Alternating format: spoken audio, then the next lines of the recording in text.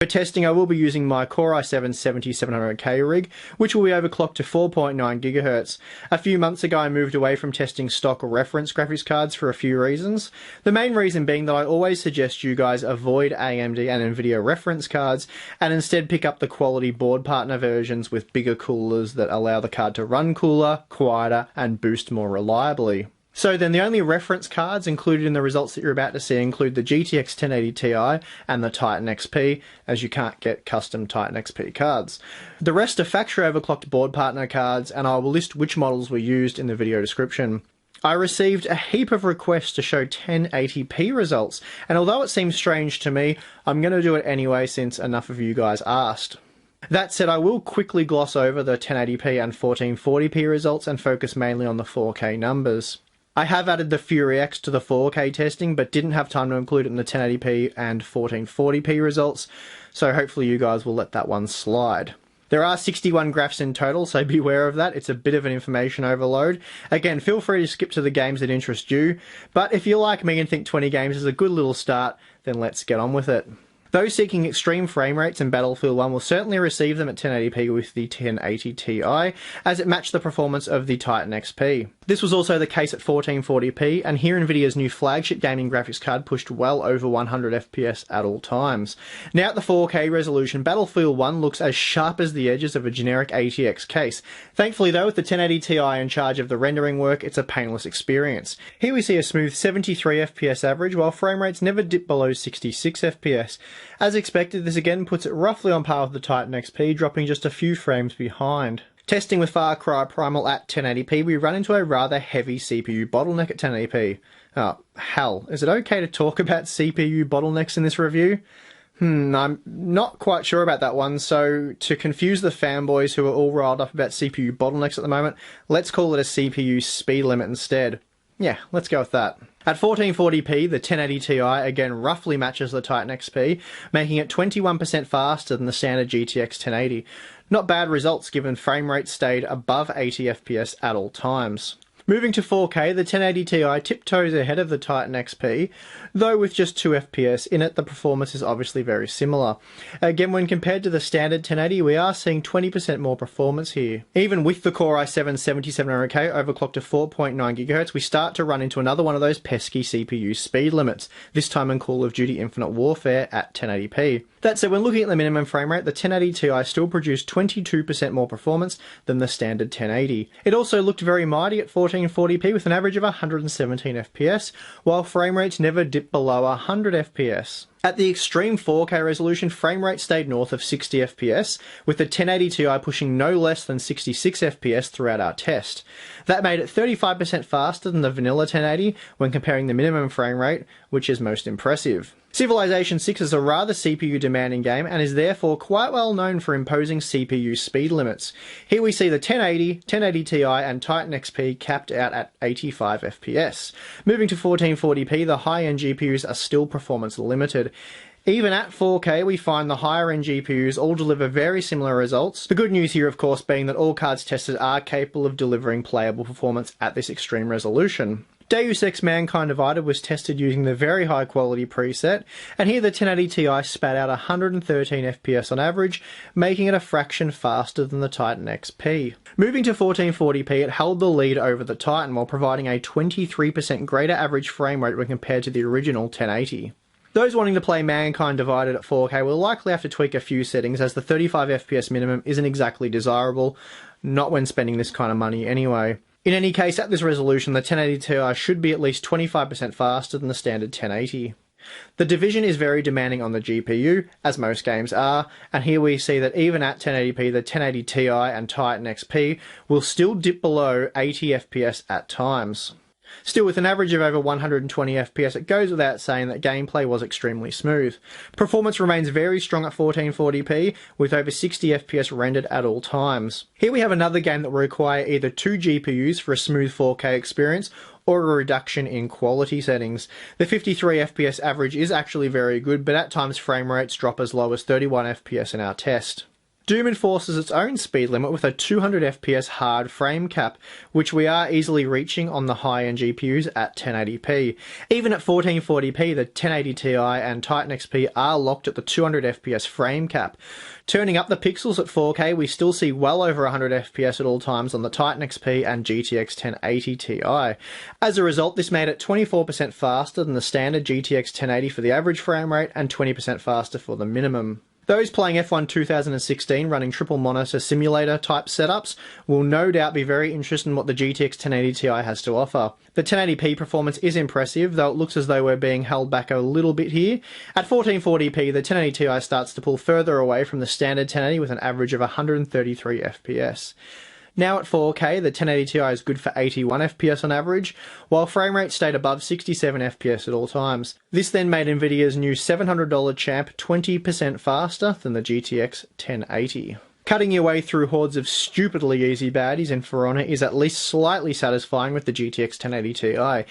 Here at 1440p we see over 80 FPS, and this will help you keep up in the online mode as you change your guard stance multiple times per second. Now at 4K using the extreme quality preset, we are still seeing a respectable 55 FPS on average. This then was a 22% performance boost over the 45 FPS churned out by the original GTX 1080. Those of you running 144Hz monitors can take full advantage of all those hertz in Gears of War 4 at 1080p using the new GTX 1080 Ti.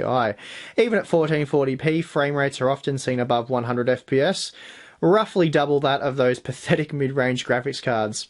I kid, of course. Now at 4K, we see the Fury X and GTX 1070 struggling to keep pace, while the standard GTX 1080 looks quite respectable. The Ti model provides an additional 24% performance bump, hitting an average of 57 FPS. For those of you new to the channel, I should point out that in some games, or certain titles that support DirectX 12, I test NVIDIA using DirectX 11 and AMD using DirectX 12. I have discussed why this is in the past, so I won't go over that again. Basically, AMD performs better using DirectX 12 and NVIDIA using DirectX 11.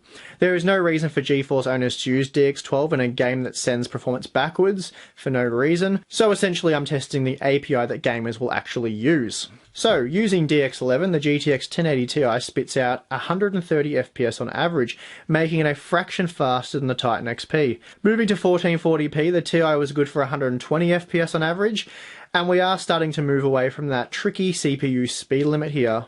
Now at 4K, the average frame rate is reduced to 74 FPS with a minimum of 64 FPS, and once again the GTX 1080 Ti performs very similar to the Titan XP, just a whisker slower. This also meant it was 29% faster than the GTX 1080. Using the high quality preset, the 1080 Ti pushed an average of 101 FPS at 1080p in Mafia 3, which isn't bad though. That's not much faster than the standard GTX 1080. Moving to 1440p, the Ti starts to pull away from the plain Jane 1080, though it is only 13% faster here. Finally at 4K, the 1080 Ti hits full stride, pulling further away from the standard 1080 by a massive 29% margin. Next up we have the game that made parkour cool, and not the other way around. Helping to keep up to speed and jumping over or underneath things at maximum efficiency is the GTX 1080 Ti with a blistering fast 150 FPS on average. Even at 1440p, frame rates average over 100 FPS, another nod then for high refresh rate gaming. Even at the 4K resolution using the ultra quality preset, the 1080 Ti averaged 57 FPS, making it 24% faster than the GTX 1080. You probably don't need a GTX 1080 Ti to play Overwatch, but it would be pretty darn cool to have one anyway. Frame rates are pretty insane at 1080p, and even at 1440p we see an average frame rate of around 250 FPS. That said, this is a very CPU intensive game, and our bot test hammers even the Core i7-7700K overclocked to 4.9 GHz quite hard. At 4K, the massive variance between the average and minimum frame rate is now gone, and we're primarily GPU bound at this point. In other words, your typical 4K GPU speed limit has been applied here. Firing up Quantum Break, we see that the GTX 1080 Ti is able to match the Titan XP as expected. What's interesting here is how much faster it is than the standard 1080, even at 1080p. 22% more performance at this resolution is quite surprising. Moving to 1440p, the margin is extended ever so slightly to 23%, and again the Ti is still pushing over 100 FPS. Finally, at the 4K resolution, the 1080 Ti is good for almost 60 FPS on average using the ultra quality preset. That again made it 23% faster than the standard 1080. Playing Resident Evil 7 with the 1080 Ti, we see an incredible 211 FPS on average at 1080p with the quality settings maxed out. That's more than twice the average frame rate of the RX 480 and GTX 1060 graphics cards. Similar margins are seen at 1440p, and again, frame rates are kept well above 100 FPS on Nvidia's new $700 graphics card. Resident Evil 7 looks amazing on a large 4K screen, and a single 1080 Ti can handle the rendering work no worries, as gameplay was silky smooth at 60 FPS at all times. As a result, we saw 24% more frames from the Ti when compared to the standard 1080. Rise of the Tomb Raider blew us away with amazing visuals over a year ago now, but even today the game is still one of the more impressive looking titles. Although we don't test a terribly demanding section of the game, the 1080 Ti still looks mighty impressive in relation to the GTX 1070 for example. Moving to 1440p, we see that it's 23% faster than the GTX 1080, and incredibly 55% faster than the GTX 1070, which as we know is roughly as fast as last season's Maxwell-based Titan X. Tomb Raider is another game that looks absolutely stunning on a big 4K screen, and the fact that the 1080 Ti averages 77 FPS here means that with a single graphics card you can fully enjoy the experience. Here it was 28% faster than the GTX 1080. Titanfall 2 is a seriously fast-paced first-person shooter, so this is a game that would be popular with 144Hz owners. Coincidentally, the 1080 Ti averaged exactly 144 FPS at 1080p, with the quality settings maxed out. Even at 1440p, we're still seeing an average of 120 FPS with the 1080 Ti. Now at 4K, the average frame rate has been heavily reduced, as you would expect. Still, we are seeing an average of 72 FPS here, though this is just 10% faster than the standard 1080. Total War Warhammer is a game that I really feel should be played using the DX12 API, regardless of whether you're running AMD or Nvidia hardware. Like Ashes of the Singularity, during the battles when there are masses of units on screen, the CPU takes a good old pounding when using DX11. Anyway, even on DX12, the GTX 1080 Ti is still mighty fast, pushing over 100 FPS at all times at 1080p. At 1440p, frame rates are again very strong, and we often saw frame rates exceeding 100 FPS. Now finally at 4K, the average frame rate has been heavily reduced, as you would expect. Still with an average of 65 FPS, it was an impressive 30% faster than the standard 1080. Finally, Watch Dogs 2. This is the last game I've tested, I promise. Despite being a hugely demanding game on system resources, aka unoptimized, the GTX 1080 Ti still manages to reach 100 FPS on average. Even at 1440p, frame rates remain high, and Nvidia's new GPU is still good for 91 FPS, allowing it to match the Titan XP. Moving to 4K, the 1080 Ti is still 23% faster than the original 1080, as it went on to reach an average of 59 FPS. When compared to the GTX 1080, the 1080 Ti consumed just 7% more power, pushing the total system consumption to 334 watts, which is surprisingly low.